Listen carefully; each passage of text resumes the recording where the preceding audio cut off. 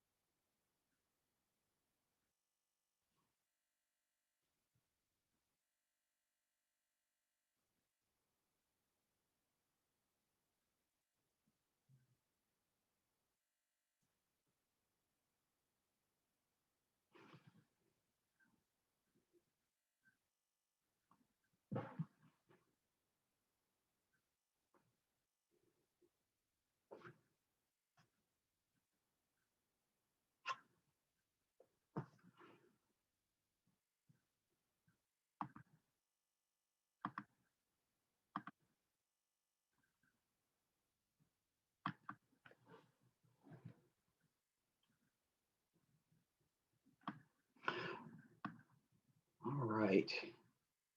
All right, so I'm going to go ahead and get started.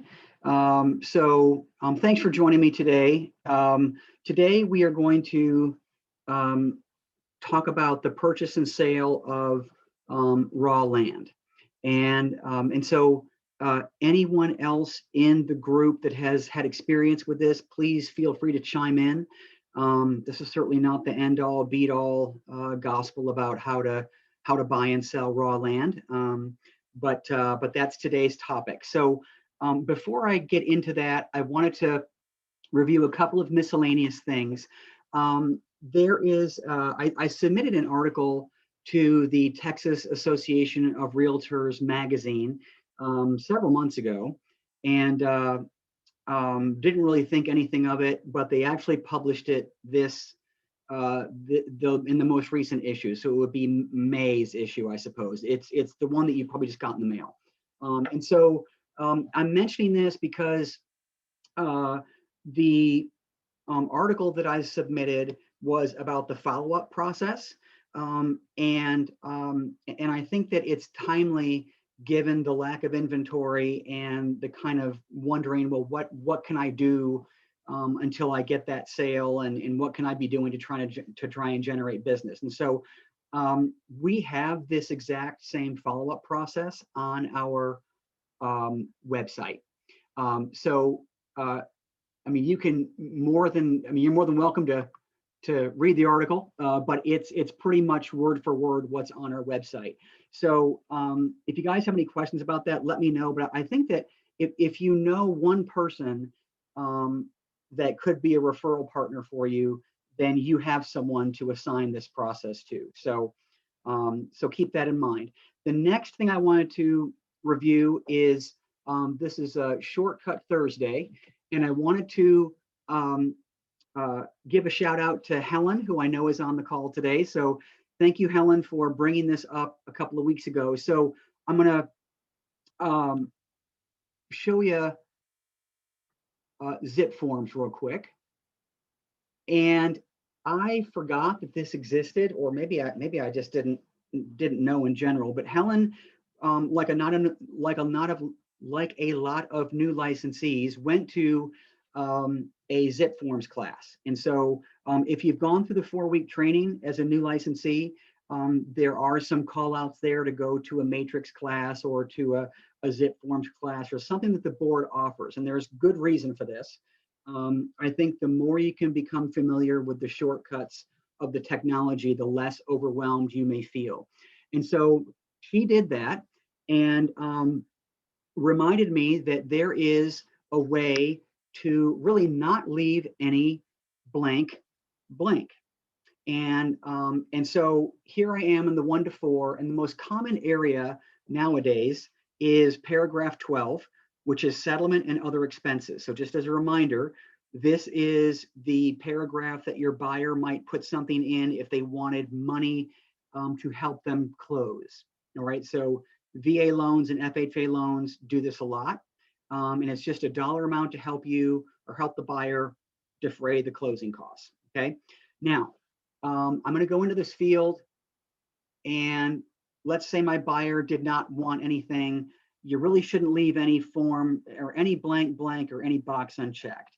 So I'm going to go ahead and go into paragraph 12 and try and type 0. Okay, I'm going to come over here, I'm going to left click and get out of it, and you can see that it did not stick. So how do you get around that? Where there is a light switch function I call, called your space bar. So I'm going to go back into this field. I'm going to hit the space bar once. Okay, and now I'm going to type 0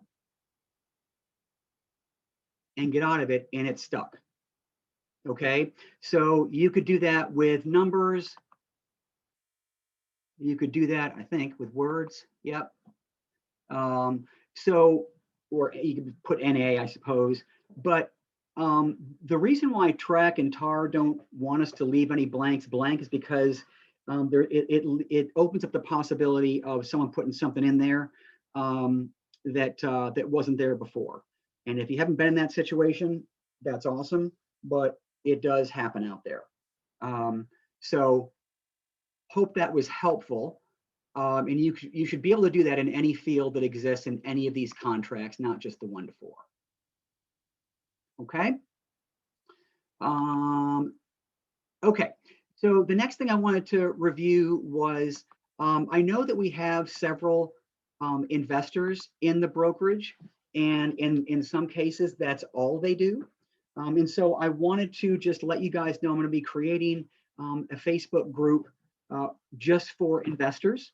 And that does not mean that if you're not an investor currently, you can't join. I'm going to send the link out to everyone who might be interested. Okay. And so I think a great forum for all of you guys to exchange ideas. And, now that the restrictions are being lifted to some degree, we might transition into a face-to-face meeting. But I thought that this was an easy way to kind of address that. So look for that invite shortly. All right, so let's get into the content of land. So why do people buy raw land? Well, they might want to build their own home within a community. So think, the traditional builders out there that just have lots to sell. That is one option. They might want to build their own home outside of town limits. They just might want to buy, an acre or 2 acres or more, and they want to get away from it all, and they don't want to be bothered with, town restrictions. Then they might be looking for land in more rural areas. Okay, they may want to place a mobile home on that land.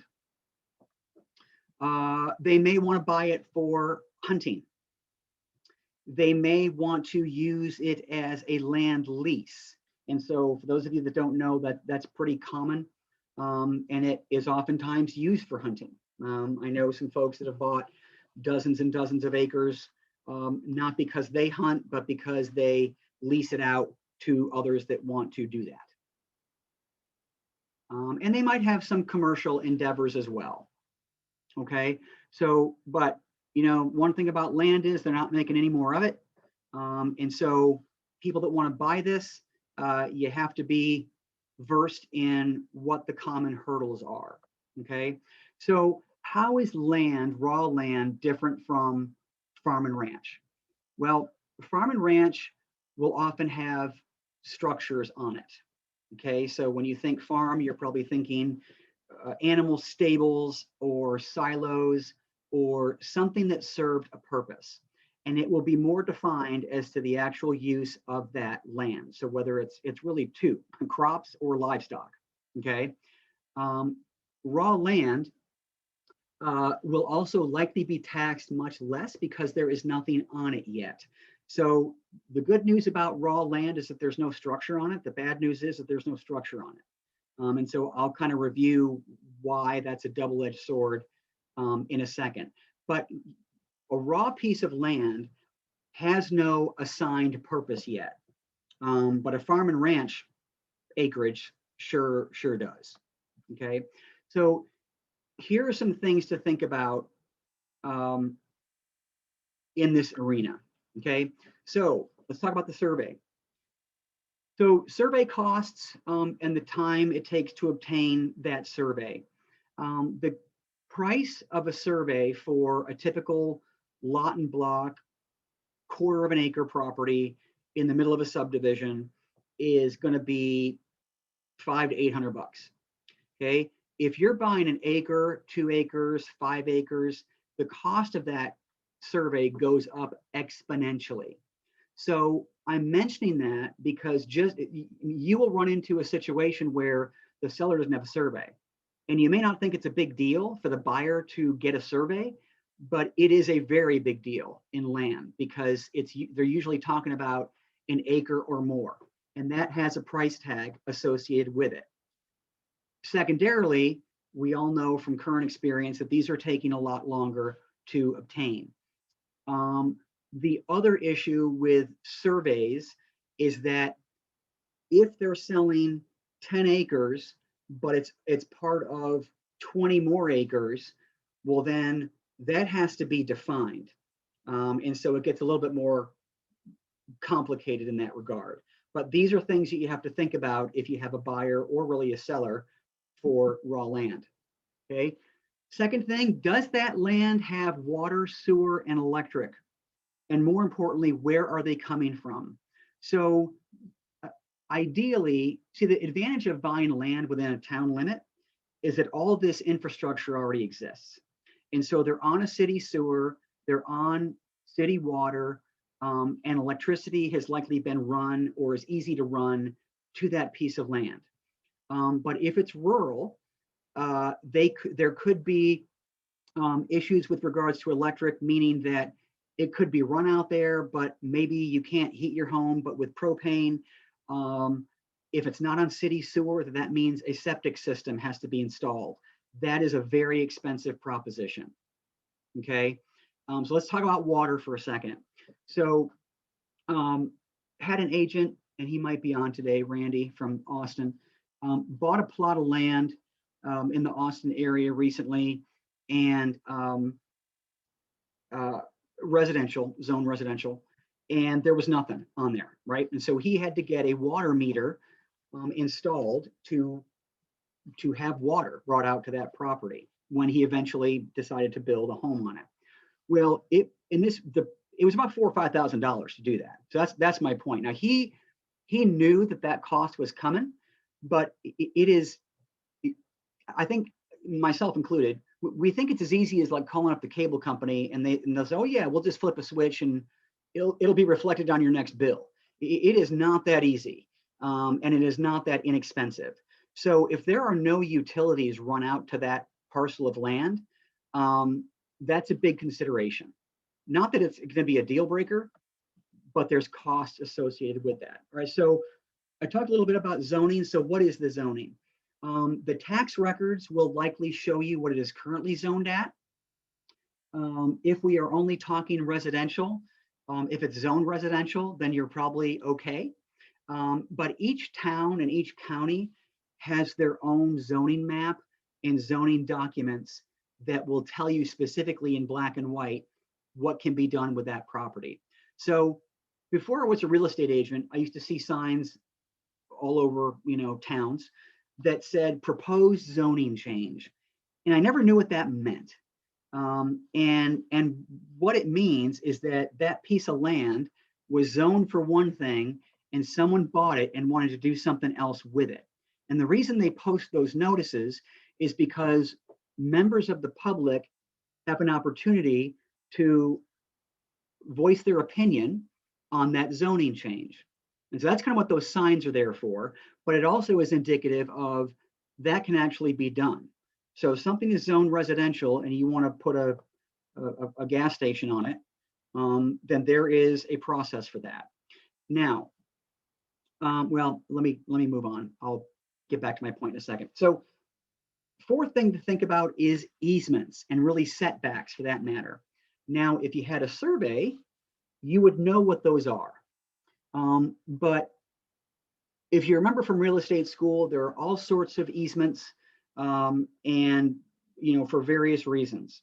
And so it's important that the buyer understands what the easements are, if any, and how that impacts what they want to do. Other issue is setback, which is the amount of frontage or land that divides that piece of land from the road. You can't just build something right up against the road. There is typically a setback that you have to set that structure back from the road. All right, so that is a big deal. And so other things to think about: can the client do with that piece of land what they want to do with it? That is really the $1 million question. And it's kind of like when you take on an investor as a client that they don't have any idea what they're doing. And so they put all this burden on our shoulders. The same thing can happen with land. I think that it's romantic to think about moving out into the country and getting away from it all. And this land is for sale, so it must be okay to buy. And that's not necessarily the case. And so the problems you're trying to solve is, can that buyer do with that land what they want to do with it? Are there any deed restrictions as to the kind of structure? I mentioned a mobile home earlier. I get emails to myself about land that might be available. Well, that's for sale, that just went active. And many times it will say no mobile homes. Okay, so it's the worst situation a buyer can get in is not doing the research here and closing on this piece of land only to find out later that he can't do with it what he wants to do with it. Okay. Are there any tax surprises? So if that land was used as an agricultural purpose, and there were exemptions there, and the new buyer is not going to do that, then there are tax implications there. Okay. And that's covered in the contract. We're going to review that in a second. But that is another thing to consider. Are there any existing leases? So what I found is that the more rural the property, the more likely there are to be, these kind of handshake agreements about, well, I'm letting my next door neighbor use part of this pond, or I'm letting my next door neighbor have partial ownership to this well. It's in my name, but I let them get their water from my well. So it's important to really zero in on what has been added as of April 1st into those contracts that talks about leases. Okay, and good transition. So are there any oral agreements regarding anything? Hunting, is there timber on the property where someone's coming every winter to get some wood? You're not going to know unless you ask. Okay, is it in an HOA? They're going to have their own restrictions and covenants, right? And are there any flood issues? So I'm guilty of this myself. If it's not a home, I don't tend to look, but land, it is a big deal. And so there's a reason why there's a flood tab on each listing. And so if you're selling land, that should be one of the go-tos to make sure that it's not in a floodplain. Okay. And then, are there any future development plans that might impact this land? Now, I've reviewed a lot of stuff that are, as I mentioned here, things to think about. But, like representing an investor, I kind of draw that same parallel. It's really not your job to do this research. If you can get access to zoning maps and things that give you the answer to these, that's awesome. And if you make land sales a part of your real estate profession, then you're going to likely know where to get a lot of this information. But it's really up to the buyer, right? I mean, because the contract is between the buyer and the seller, not the agent and the seller. So is it helpful to know where these things are so you can tell the buyer? Absolutely. But here's what I'm begging you to avoid. The minute you start to think that you know what zoning is or where there's easements and there's no survey to validate, you get into a situation where you as a licensed realtor have told your client that you can do something on that property that is not in black and white, unless you can produce something that says it is. So zoning and things like that are easy because each town and county has in black and white what you can do with that property. Okay, but don't ever offer up that information unless you have something in hand, black and white, that says, here's where I'm getting my answer. And even if you do that, I would say, here's what I found. You need to go and validate that yourself. Okay, same reason I mentioned earlier, you don't want to tell the person that they can put a mobile home on 5 acres because it seems logical, and the guy next to you has a mobile home when maybe they've changed restrictions and they can't do that now. Okay. All right, so here is the contract, and what we're using is the unimproved property contract, okay, TREC form 9-14. And so it's not terribly dissimilar from the 1-4, but I wanted to point out where they are different and some things to be mindful of. So in paragraph 4 talks about leases. And so, as I mentioned earlier, there could be an oral lease or a written lease for something on that property that you know nothing about. So it does beg the question, do they exist? Now, notice that because it's raw land, there on the 1-4, there's a third option for, is anyone leasing the house? Is there a renter, right? Well, there is no house in this example, so that is stricken, okay? And then I mentioned here, oral or written leases are very common in rural land locations. I mean, be hyper aware. If you go out there and the water is on a well system, or there's a pond, or something that just intuitively you're thinking that, especially if you don't know where the boundaries are, that might be shared by the person that owns this plot of land next to them, chances are pretty good that that is the case. So you got to be hyper aware. Okay. So here's the termination option, right? The good old option fee. So I've seen a lot of clients not pay for an option period with land. I think that's a mistake. And I mean, the good news is there's no inspection involved necessarily, right? Because there's no home on the piece of land. But is that buyer going to need time to research whether or not what they want to do with it can be done? Yes, absolutely. And again, that is not for you to get into. But my second point is you might need a longer period of time.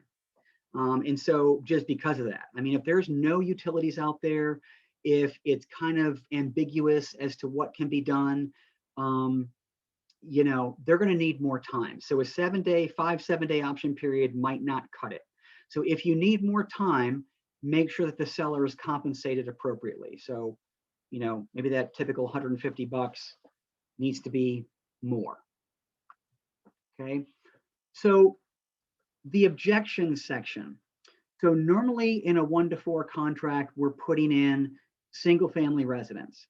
And I've talked recently about, even in that instance, being as specific as you possibly can, because it creates a buyer out. So in the context of land, I think it's even more important to be as specific as you possibly can here, because again, it has to be in writing exactly what the buyer wants to do with that land. And if you write in there wants to place 3 mobile homes on, a 2-acre piece of property, they're going to need time to go and see if that can be done. And if it can't, then they're going to need to be able to point to something that says, well, I wanted it to be able to do this and I can't do that, so I'm out. And then they'll get their earnest money back. So, plead with your buyers, if you represent the buyer, to tell you explicitly what they want to do with that land, because it may be assumed that they can do something with it that later they can't. And you want to make sure that all of your bases are covered. Okay. Okay. So refers to prorations and rollback taxes. So it says prorations, taxes for the current year, interest, maintenance fees, assessments, dues, and rents will be prorated through the closing date. The tax proration may be calculated taking into consideration any change in exemptions that will affect the current year's taxes. Let me just kind of stop right there. If it was used to feed cattle, then that is likely under an agricultural exemption, and meaning that a large portion of their taxes are exempt.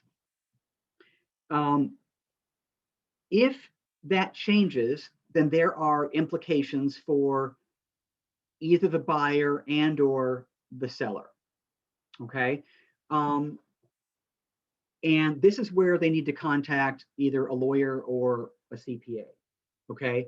But the other exemption that people tend to not think about is if that piece of land was owned by someone 65 years or older, don't quote me, it might be 62, but let's just say 65, they are exempt from a large portion of those taxes.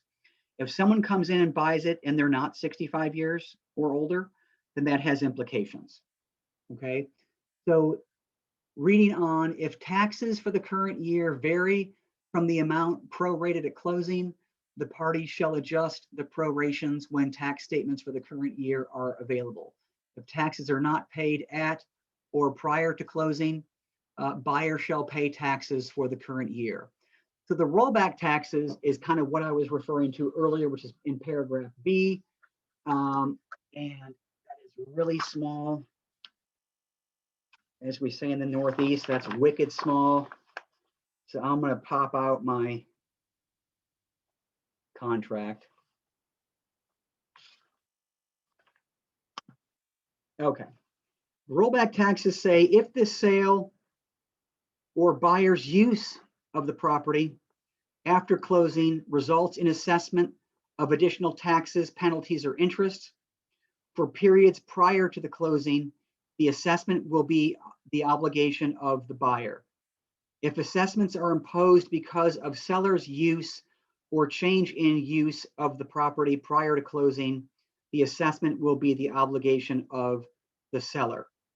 Obligations imposed by this paragraph will survive closing. So if using the exemption of the ag exemption, if the home was for 20 years ag exempt and it took a year to sell it, cattle are removed when the home went up for sale, there haven't been any cattle for a year, there might be tax implications to the seller because that has changed under the current seller's ownership. But more commonly, what happens is it was used as an ag exempt property up until closing. New buyer buys it. They don't have any animals. And so now they're on the hook for a different tax assessment. Okay. So title company and lawyer are good resources to understand what the tax implications are. This only happens if there's exemptions. Okay. But those are really the only differences in the contract. Let me just get to, okay, no questions. Thanks for the congrats, guys. Sam, I know you're on the call and you've done some land contracts before. Your family's done a lot of land. Anything that you can impart to the group from y'all's experience? And you'll have to unmute. I mean, this unimproved property contract is your best friend. It's just like the 1-4, like you said. And the farm and ranch one, if you do have a farm and ranch that has corrals and water troughs, feeders, even hunting stands, things like that, then yeah, the farm and ranch contract becomes your best friend because it includes so much more in it. But this unimproved property contract is it's just as simple, if not simpler, than the 1-4. You had mentioned some things about like the zoning process. If you've got a surveyor that you are friends with, which I know up here in kind of the country, it's a kind of small knit community. We kind of all know each other. They will be your best friend when it comes to finding out what the development plans are. I've got a good buddy in Gainesville who works with his family, and I can call him anytime and he's happy to just tell me, yeah, they're planning on moving the city out this way. They're not going to go south anymore. You know, he'll give me just kind of an overview of what their plans are, and it really helps out some of the people who are shopping that I'm working with. Also, the cities, you know, like the city of Sanger right now, people don't want to buy in Sanger because they've made it so difficult. And you got to always know, you got to be talking to who is what the city council is doing, because they really can make it difficult. Part of the reason is they're not wanting anything other than homes being built. They don't want any barndominiums, and barndominiums are becoming a huge thing up here. Right. And that goes along with like your restrictions on the mobile homes. A lot of the deed restrictions have included the barndominiums have to have 40% to 50%. You know, got to have a brick facade or a wood facade. They want to have these certain looks, and it's always important that you, you know, kind of just keep in touch. Give them a call. Maybe get a friend in one of the utilities department or something like that who knows what the growth is going to look like and what they're looking for future plans. Other than that, though, you really nailed it. I enjoyed your presentation. Awesome. And yeah. Of course, the ag taxes are a huge thing. Yeah. And you know what I have run up against and just has become more of a reality that you just need to accept is what you just said about what a town council wants to do. So forgive me if I have told you guys this story before. I know Jeff has heard it. But there was this 3-acre piece of land just north of Texas in Oklahoma. And I was attracted to it because it had 18 units of storage. And that's something that I wanted to invest in. And the tract was perfectly rectangular. And the storage units sat on the furthest back part of the land.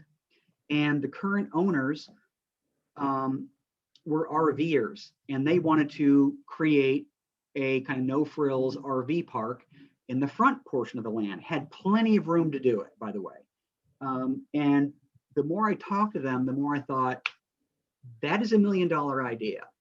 And so I went about, you know, throwing my hat in the ring to go and buy that piece of land. Well, in my due diligence, I had to go and talk to the little small town of Okemah, Oklahoma. And the reason, by the way, that what attracted me to this piece of land was that right across the parking lot from that land was a casino. And where there's casinos, there's money to be spent. And if you go look at any casino around, obviously non-Texas states, there's a formula there. It's casino, RV park, hotel, and convenience stores. And so I thought this was a slam dunk. Well, all that to say that when I approached the town, they were falling all over themselves to try and get me in there because they wanted, more businesses. They wanted people spending money in their town. But, as the weeks wore on, it got to, well, here's our town ordinances and here's what you can and cannot do, which they all have, by the way.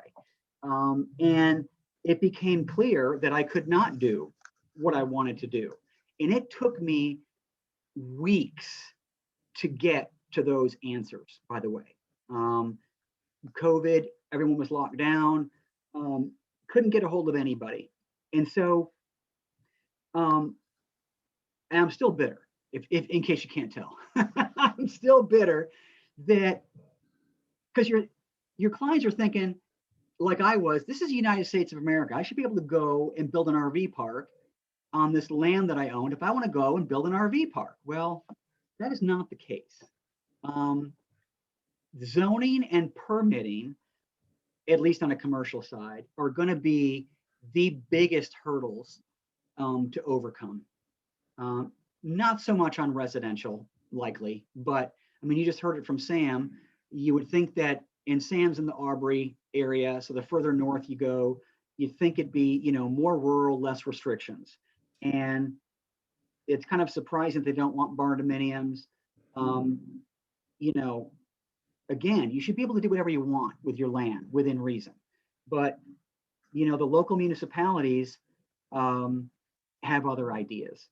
So all that to say that just be mindful of what your client might want to do. And so, Jeff, I wanted to have you unmute as well, because you mentioned another example of an exemption, but I also want you to chime in on what we've been talking about if you have any insight. Sure. Yeah. One of the exemptions that I've seen before is like disabled vet exemptions. I saw one piece of land in particular that the vet was 100% disabled. So he paid zero taxes and sold the piece of property. Hey, guess what? Rollback taxes kicked in.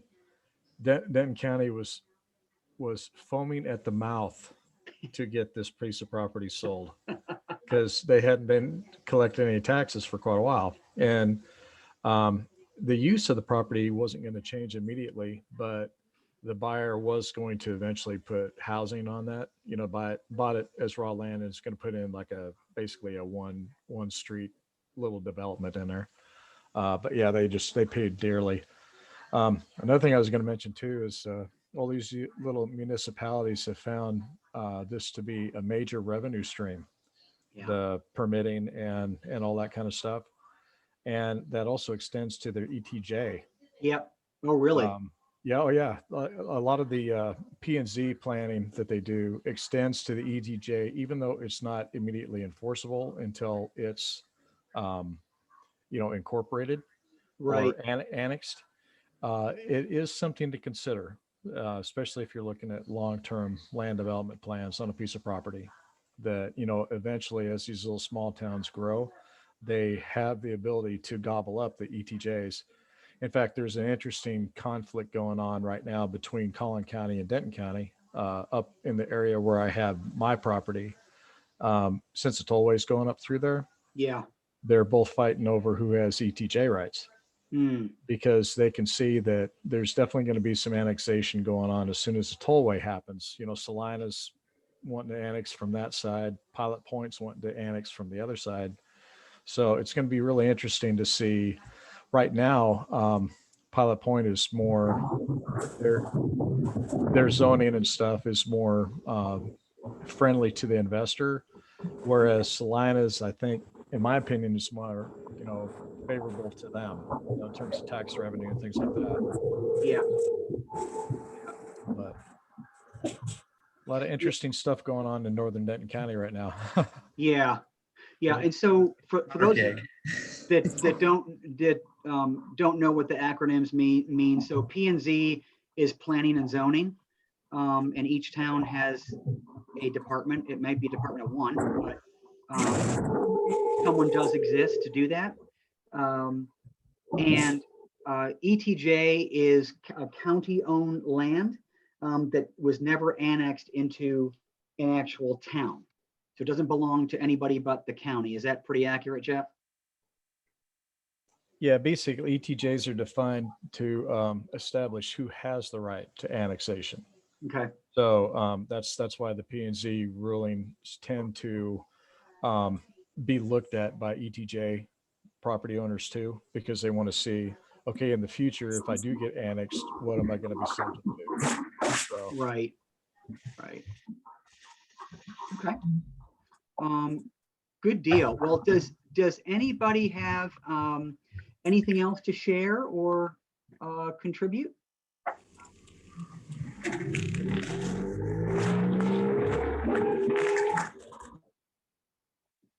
No? Okay. All right. Awesome. Well, I appreciate y'all's time this week. And next week, just a traditional office meeting. A week after that, I'm going to do some training on kind of elevating the customer experience as realtors for our clients. And that may sound like rudimentary, but please join me if you can, because I think you'll find it helpful. So, but awesome. Well, thanks for joining, and we will see you next week. Take care.